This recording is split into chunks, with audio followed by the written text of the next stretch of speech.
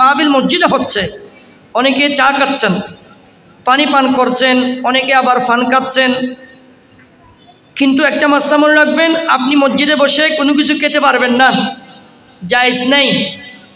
কতক্ষণ? যতক্ষণ না আপনি ইতিকাফের নিয়ত করবেন। আলহামদুলিল্লাহ বলেন। তাহলে সবাই আমার সাথে নিয়ত করেন, নাওয়াইতু সুন্নাতাল ইতিকাফ। আল্লাহ বলেন না, আল্লাহ আমি সুন্নত ইতিকাফের নিয়ত করলাম। এখন খেতে পারবেন। আলহামদুলিল্লাহ বলেন। এই মাসলা মনে রাখবেন, যতদিন এই মাহফিল চলবে 12 দিন ব্যাপী।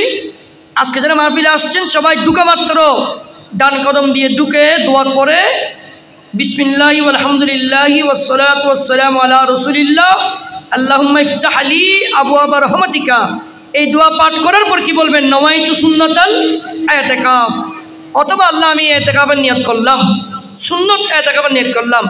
এরপর আপনি ঢুকে চা খেতে পারবেন, পানি খেতে পারবেন, সব কিছু খেতে পারবেন, কিন্তু ইতিকাফ ছাড়া মসজিদে বসে খাওয়া জায়েজ। তাহলে একটা মাসলা শিখলে 6 রাকাত নফল নামাজের সওয়াব।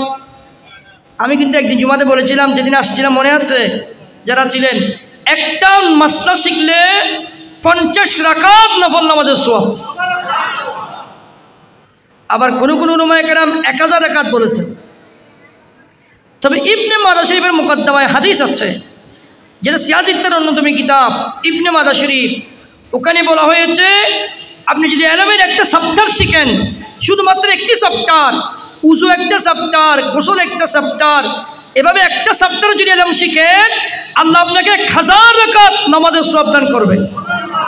এজন্য আমার রাসূল বলেছেন, মসজিদে বসে নফল নামাজ পড়ার চাইতে এলমে দ্বীন শিখা এটা অনেক বেশি উত্তম। সুবহানাল্লাহ।